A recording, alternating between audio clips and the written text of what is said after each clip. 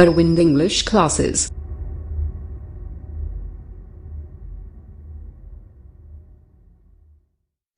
जय Hind, Vande Mataram all students. Welcome all of you in 12th English class.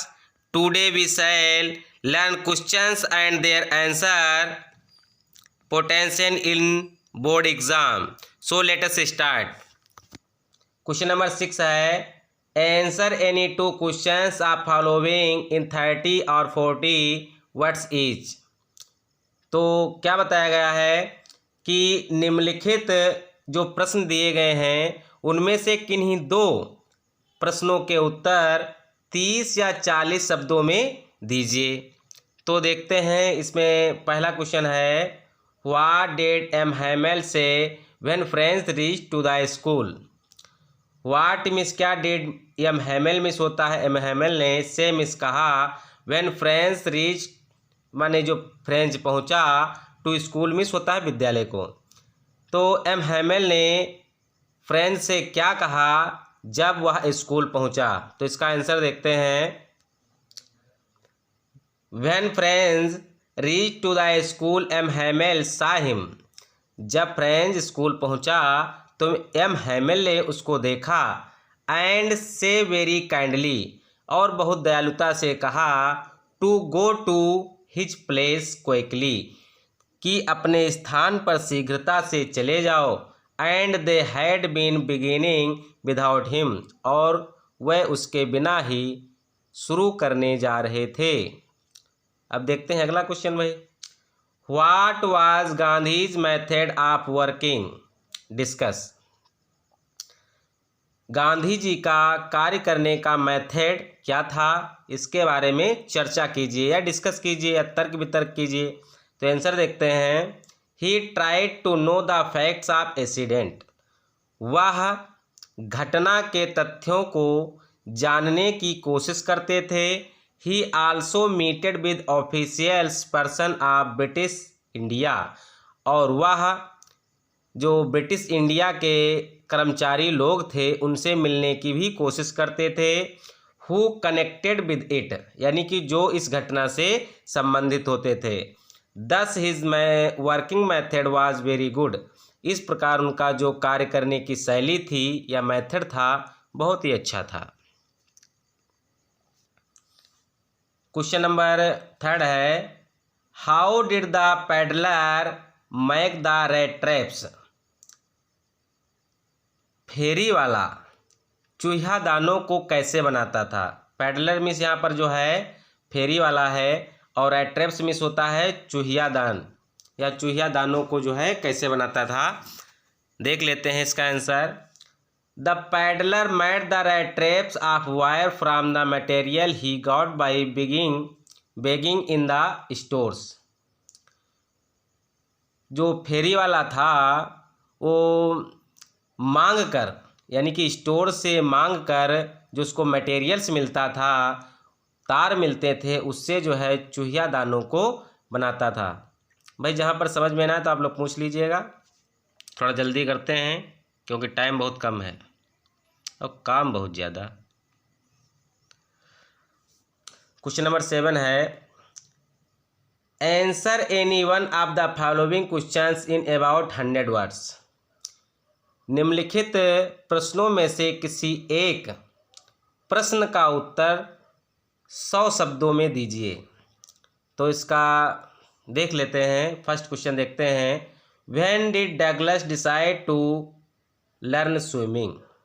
तो जो Douglas थे उन्होंने तैराक को सीखने का निश्चय कब किया।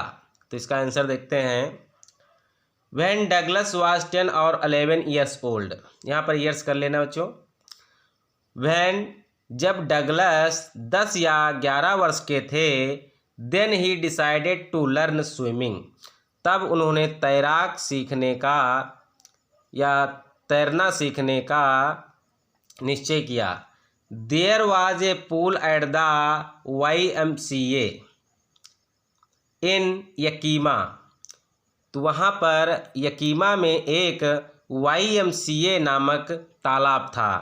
That offered exactly the opportunity जो उन्हें उस अवसर को पाने का मौका देता था या ऑफर देता था या प्रस्ताव देता था।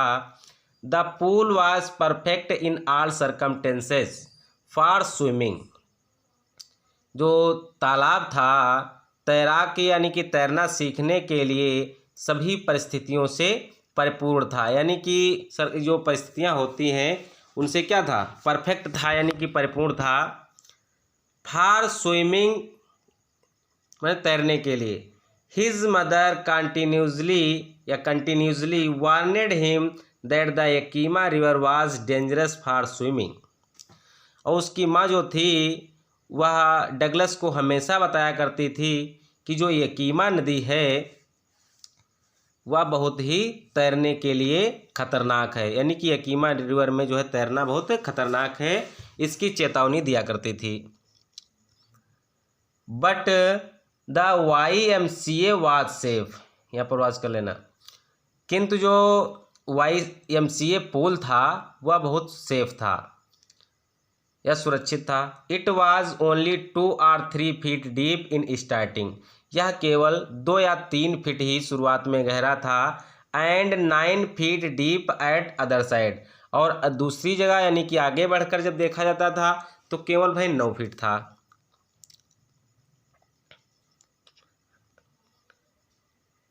अब ये वाला क्वेश्चन जो है भाई एक ही मांगा गया था तो एक कर दिया गया है। अब बाकी अगर आप लोग ये नोट करना चाहो तो अपने आप कर लेना, ठीक है। अगर कोई प्रॉब्लम हो तो कमेंट के माध्यम से पूछ लेना। अब क्वेश्चन नंबर 8 है, read the stanza given below and answer the questions that follow. निम्नलिखित पद्यांश को पढ़िए और उनके नीचे जो प्रश्न दिए गए हैं उनके उत्तर दीजिए। तो पैसेज को आप लोग स्टडी कर लेना, पढ़ लेना, रीड कर लेना। डायरेक्ट हम इसके आंसर देखते हैं या क्वेश्चन आंसर देखते हैं। क्वेश्चन फर्स्ट है, write the name of the poem in which above stanza has been taken, who is the poet of above poem. तो निम्नलिखित पद्यांश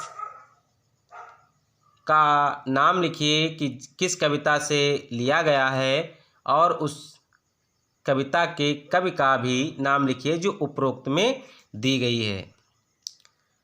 आंसर है नेम ऑफ द पोएम, जो कविता का नाम है a thing of beauty.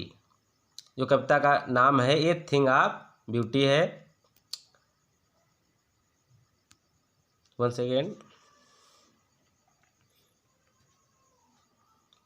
Name of the poet John Keats, और जो कवि का नाम है जॉन कीट्स है। नेक्स्ट क्वेश्चन देखते हैं, why are beautiful things never forgotten. जो सुंदर वस्तुएं होती हैं उनको कभी नहीं भूल पाते हैं, ऐसा क्यों।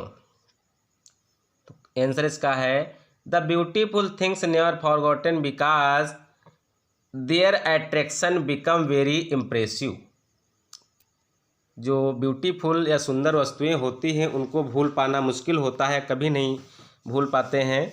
ऐसा क्यों है, क्योंकि जो सुंदर वस्तुएं होती हैं वह बहुत ही आकर्षक होती हैं और बहुत ही इम्प्रेसिव यानी कि अट्रैक्ट किया करती हैं हमको। Their attraction become very impressive, उनका जो आकर्षण होता है बहुत ही आकर्षक होता है और बहुत ही आकर्षक होता है। समझ रहे हो ना। अब नेक्स्ट क्वेश्चन देख लेते हैं, what blessing do the beautiful things offer us according to the poet. तो जो सुंदर वस्तुएं होती हैं वो हमें किस प्रकार का ऑफर देती हैं कवि के अनुसार, इसके बारे में हम लोग देख लेते हैं। The beautiful things provide us quite pleasant सैडी place under trees. जो ब्यूटीफुल वस्तुएं होती हैं वह हमें सांत्वना व्यक्त करती हैं, यानी कि सुखद सांत्वना व्यक्त करती हैं जब पेड़ की छाया में बैठते हैं। A sleep full of sweet dreams provide us good health. और सोते समय या सोते हुए जब हम लोग मधुर स्वप्न देखते हैं तो हमें अच्छी हेल्थ प्राप्त होती है, यानी कि अच्छी है गुड हेल्थ मिलती है। कहने का मतलब जो नेचुरली थिंग्स होती हैं वो हमको अट्रैक्ट किया करती हैं। और अगर हम अपने आप में शांत रहते हैं या खुश रहते हैं तब हमारी जो स्वास्थ्य होता है, हमारा जो स्वास्थ्य होता है वो सही रहता है। नेक्स्ट देख लेते हैं बच्चों। क्वेश्चन नंबर 9 है, write the central idea of one of the given below. यानी कि निम्नलिखित में जो सेंट्रल आइडिया दी गई हैं या जो पोएम दी गई हैं उनमें से किसी एक की सेंट्रल आइडिया आप लोगों को लिखनी है। तो चलिए हम आप लोगों को बता रहे हैं central idea A thing of beauty. A thing of beauty की सेंट्रल आइडिया बता रहे हैं, और जहाँ पर समझ में ना आए तो पूछ लेना भाई, ठीक है। वैसे आप लोग घसीटे राम हो, अब क्या बताया जाए, कुछ तैयारी कर नहीं रहे हो, इंटर के एग्ज़ाम आ गए। ए thing of beauty, the poem A thing of beauty composed bye John Keats. जो ए थिंग ऑफ ब्यूटी कविता है वह जॉन कीट्स के द्वारा रचित है।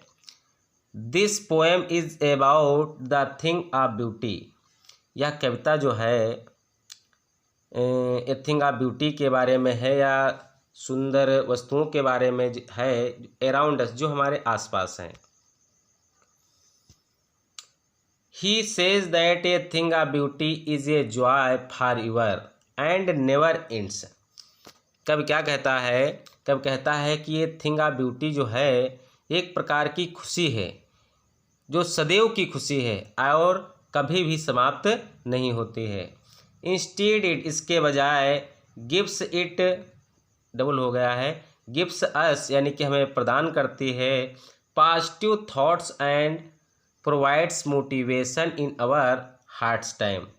और इसके बजाय जो सुंदर वस्तुएं होती हैं वह हमें सकारात्मक सोच देती हैं और कठिन परिस्थितियों में या कठिन समय में ये हमें मोटिवेशन देती हैं या मोटिवेट करती हैं।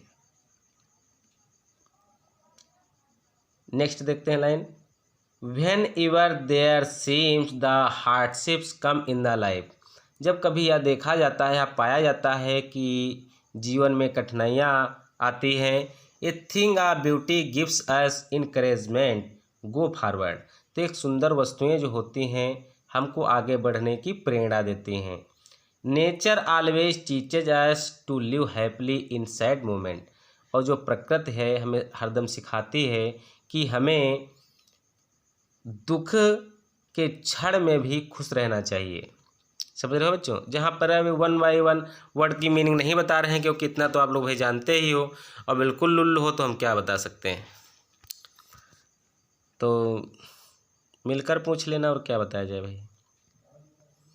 अब लास्ट क्वेश्चन है, देख लास्ट नहीं है फिलहाल में, क्वेश्चन देखते हैं। सेकंड दिया गया है क्वेश्चन नंबर 10, शायद लास्ट ही होगा, 1 सेकेंड, नहीं 10 के बाद 11 भी है। तो क्वेश्चन नंबर 10 देख लेते हैं बच्चों। Answer any 2 questions of the following in 30 और 40 वर्ड्स ईच। तो निम्नलिखित प्रश्नों के यानी निम्नलिखित प्रश्नों में से किन्हीं 2 प्रश्नों के उत्तर 30 या 40 शब्दों में दीजिए। तो क्वेश्चन नंबर फर्स्ट है, who is the tiger king. Tiger king कौन है। Why does he get that name. और वह जो टाइगर किंग जो नाम है उसको वह क्यों पाता है, इसके बारे में, या कैसे मिला उसको, ये भी हो सकता है। तो इसके बारे में देख लेते हैं क्या दिया गया है। Sir Jilani Jung Bahadur the maharaja of Pratibandhapuram is the tiger king. तो ये जो सर जिलानी जंग बहादुर हैं, जो प्रतिबंधपुरम के महाराज हैं, वही टाइगर किंग है भाई। अब तुम तो टाइगर किंग बन नहीं सकते हो, क्योंकि चूहा एक तो मार नहीं पाया आज तक, तो टाइगर कहाँ से मार पाओगे, तो टाइगर किंग कहाँ से कहलाओगे।